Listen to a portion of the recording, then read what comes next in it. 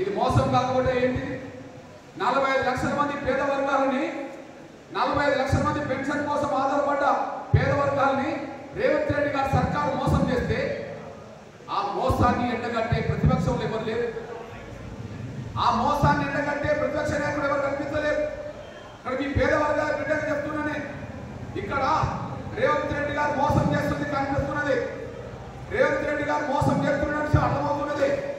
కానీ ఆ మోసాన్ని ఎండగట్టడానికి అసెంబ్లీలో మాట్లాడే ఒక ప్రతిపక్ష నాయకుడికి, ఆ మోసాన్ని ఎండగట్టడానికి, పెన్షన్లు ఇప్పించడానికి పోరాటం చేసే ఒక నాయకుడు బయట రావట్లేదు.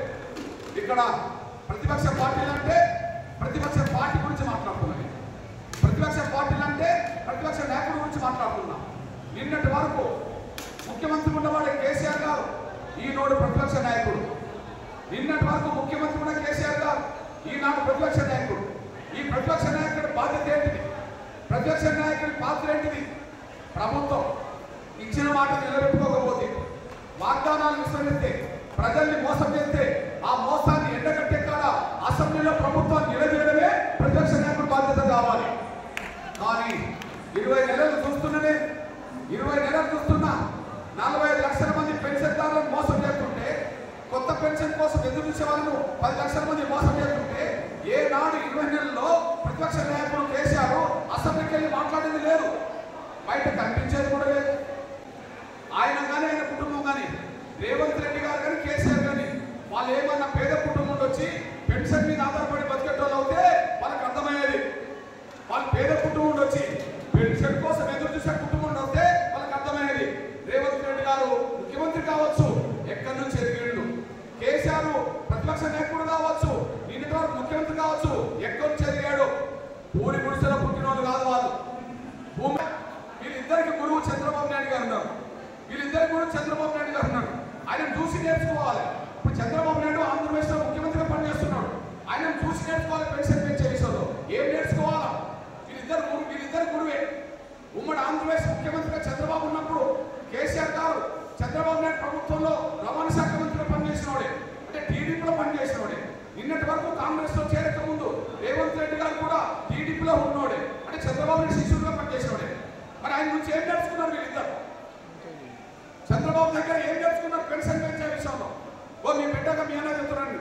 ఇక్కడనే కాదు, ఆంధ్రప్రదేశ్ లో పెన్షన్ పెంచే విధంగా నా ప్రయత్నం నేను చేసి వచ్చాను. ఆంధ్రప్రదేశ్ లో పెన్షన్ పెంచే విషయంలో నా పాత్ర పోషించాను. ఏం పోషించానో అక్కడ ఎంత అమలు జరుగుతుందో మీకు దృష్టించుకుంటున్నాను. నేను 2024 ఏప్రిల్ 21 తారీఖు నాడు నేను చంద్రబాబు గారిని కలిశాను. అక్కడ ఎన్నికలు జరుగుతున్నాయి, ఇక్కడ ఎన్నికలు అయిపోయింది. ఇక్కడ ఎన్నికలు అయిపోయినాయి, రేవంత్ రెడ్డి ముఖ్యమంత్రి అయ్యారు. అక్కడ లోపల నేను పోయి చంద్రబాబు గారిని కలిశాను. సార్ దయచేసి ఒప్పుకోండి సార్, వృద్ధుల విధాంతులు ఒంటరి మహిళలకు 4000 ఒప్పుకోండి సార్ అంటే ఖచ్చితంగా సార్ నేను ఇస్తాను అని అన్నాడు. ఏప్రిల్ 21, 2024లో నేను ఇచ్చిన వినతి పత్రం. ఇంకా మూడోది ఒప్పుకున్నట్టు పెద్ద మనసు చేసుకొని కండరాల క్షీణంతో బాధపడుతున్న వాళ్ళు, 100% వీల్ చైర్ పరిమితమైన వాళ్ళు, మంచానికి పరిమితమైన వాళ్ళు కొన్ని వేల మంది ఉంటారు. వాళ్ళని దృష్టి పెట్టుకొని నేను ఒక మాట చెప్పాను. సార్ వాళ్ళకి ఎవరో ఒకరు తోడు లేకపోతే బతకలేరు కాబట్టి ఆ తోడు కోసం మీరు పెన్షన్ పెంచాలి సార్. దయచేసి ఒక్కొక్కరికి 15,000 రూపాయలు పెన్షన్ ఇస్తానని చెప్పి ఆయన విజ్ఞప్తి చేశారు.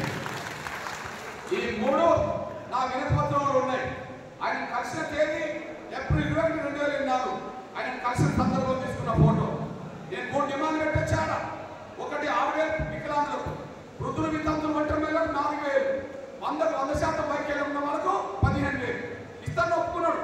ఒప్పుకోవడమే కాదు, ఆయన మేనిఫెస్టో పెట్టేశాడు. ఇక్కడ కాంగ్రెస్ మేనిఫెస్టో పెట్టింది, అమలు చేయలేదు.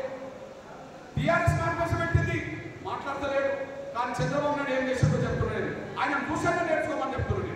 ఇగో సామాజిక భద్రత పెన్షన్లు పెంపు, వృద్ధులు వితంతులు ఒంటరి మహిళలందరికీ 4,000 పెంచుతాం, వికలాంగులకు 6,000 పెంచుతాం, పూర్తి స్థాయిలో వైకల్యాన్ని గురైన వారికి 15,000 రూపాయలు కూడా పెన్షన్ ఇస్తా అని చెప్పి చంద్రబాబు నాయుడు గారు ఒప్పుకున్నాడు కదా.